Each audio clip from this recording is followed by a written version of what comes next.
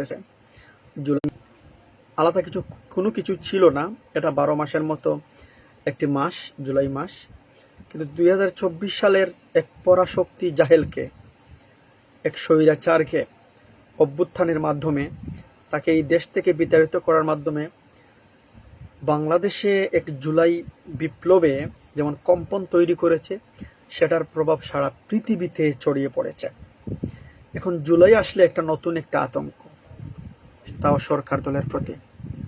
তো সরকার চলতেছে আলহামদুলিল্লাহ, চাঁদাবাজি করেই হোক, তাদের ছেলেরা চাঁদাবাজি করতেছে, ধর্ষণ, খুন, কারাবি করতেছে, কিন্তু চলতেছে। প্রবলেমটা হচ্ছে শিক্ষা ব্যবস্থায়। আপনারা জানেন যে বর্তমানে সারা বাংলাদেশের কিছু ম্যাক্সিমাম জায়গায়, স্পেশালি চট্টগ্রামে বন্যা কবলিত, মানে বন্যার কবলে পড়েছে, মানুষ বসবাস অনুপযোগী হয়ে পড়েছে। সেই জায়গায় পরীক্ষা দেওয়াটা আসলেই কষ্টকর। যদি শিক্ষামন্ত্রী চাইতো এই পরীক্ষাটা পরে দেওয়ার জন্য, তাহলে এটা ব্যবস্থা হতো। কিন্তু শনির দশা তাকে ধরেছে, সে এর মধ্যে বলে উঠেছে যে শিক্ষার্থীরা নাকি ফার্মের মুরগি। তো এই কথা বলে তার উপরে শনির দশাটাকে আরো বোর করে দিল। আমরা চাই বিএনপি সরকার এই মুহূর্তে থাক, প্রয়োজন আছে। কারণ একটা স্বৈরাচারী শাসককে দেশ থেকে বিতাড়িত করে আবার নতুন করে দেশে আনায়নটা আমাদের জন্য অবশ্যই ভালো নয়। এর জন্য বিএনপি সরকার থাক। আর থাকতে হলে অবশ্যই এখানে সুপরিকল্পিতভাবে, সুন্দরভাবে দেশ পরিচালনা করতে হবে। দেশের মানুষকে, ছাত্র সমাজকে নিয়ে পাগলামি করলে হবে না। গতকাল দেখলাম ছাত্রদলের এক ভাই বলতেছে এরা নাকি টিকটকার। এই যে এগুলা বলতেছেন, এগুলা কিন্তু আপনাদের জন্য খুবই খারাপ বয়ে আনতেছে। এগুলো আমরা বলি, আপনারা এগুলা থেকে বিরত থাকেন। আমার সামনে যে জায়গা দেখতে পারতেছেন সবাই, দেখেন এখানে লেখা আছে, শিক্ষামন্ত্রী বলতেছেন প্রশ্ন আমরা করিনি, প্রশ্ন করেছে বিগত সরকার।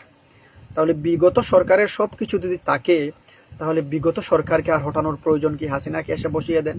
হাসিনা তো সরকার, সেও তো প্রেসিডেন্ট, তাকে বসিয়ে দেন।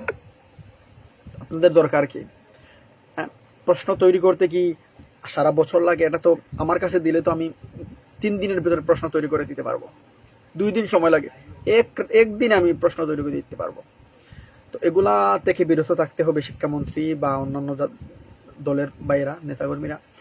এর মধ্যে আরেকজন ভাই রবিউল আলম ভাই বলেছেন যে আমরা অধিকাংশ জায়গায় নির্বাচনের আগে টুল মৌকুফ কথা বলেছি, সেটা জনমত গঠনের জন্য বলেছি, নির্বাচন হওয়ার স্বার্থে বলেছি। চিন্তা করতেছেন কত বড় স্বার্থপর। এগুলা কিন্তু আগামীতে এটার এফেক্ট পড়বে প্রচুর। যদিও আপনারা এই দেশে আর নেতৃত্ব দিতে পারবেন কিনা, আপনাদের পরবর্তী প্রজন্ম দলের জন্য এটা অনেক কষ্টদায়ক হয়ে দাঁড়াবে।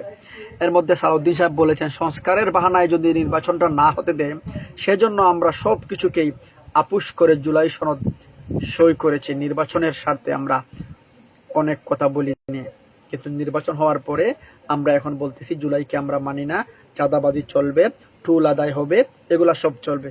এটাই হলো সালাউদ্দিন আর রবিউল ইসলামদের বক্তব্য। ভাই, আমরা, আপনারা যে কোনোভাবেই হোক, ইঞ্জিনিয়ারিং এর মাধ্যমে হোক, আপনারা সরকার গঠন করেছেন, আমরা চাই আপনারা এখন থাকুক, সমস্যা নেই। সামনে সময় রয়েছে, নির্বাচন হলে পরেরটা পরে পাওয়া যাবে। কিন্তু এই মুহূর্তে আপনাদের অনেক সংযমী হতে হবে, বিএনপিকে অনেক সংযমী হতে হবে, আরো দায়িত্বশীল আচরণ করতে হবে। বিশেষ করে ছাত্র সমাজের উপর এইরকম চিন্তা ভাবনা বাদ দিতে হবে। সম্মানিত অর্থমন্ত্রী সংসদে বলেছেন যে শিক্ষা, চিকিৎসা, বাসস্থান, খাদ্য এগুলা নাকি মানুষের মৌলিক অধিকার নয়। আমার লজ্জা হয় এই মন্ত্রীদের প্রতি। আমার মনে হয় না এদেরকে বাংলাদেশের বীজ বের করে ভারতীয় ইনজেকশন তাদেরকে পুশ করা হয়, না হলে এরকম অগুচালু, এরকম একটা অপ্রাসঙ্গিক কথা বলতে পারতেন না। এই দেশের মানুষের যে চাহিদাগুলা রয়েছে, সেই চাহিদার উপর নির্ভর করেই মানুষের সকল দাবি, সকল চাওয়া পাওয়াকে গ্রহণযোগ্যতা দিয়ে আপনাদেরকে দেশ পরিচালনা করতে হবে। এটাই হচ্ছে কথা। যাই হোক, পরিশেষে যে কথাটি বলতে চাই, আমরা সবাই দেশকে ভালোবেসে সামনে এগিয়ে নিয়ে যাই। যেভাবেই হোক এই সমস্যার সমাধান হোক, শিক্ষা ব্যবস্থার আরো অগ্রগতি হোক। আর ছাত্রদের প্রতি আন্তরিকতা রেখে তাদেরকে সমঝোতা আনার ব্যবস্থা করুন, তাদেরকে সুযোগ সুবিধা দিয়ে একটা ব্যবস্থায় আনেন, যে কোনো ভাবেই হোক, নাহলে এটার করুণ দশা হবে, যেহেতু আগামীতে জুলাই আসতেছে। ভালো থাকবেন এই প্রত্যাশায়। আসসালামু আলাইকুম।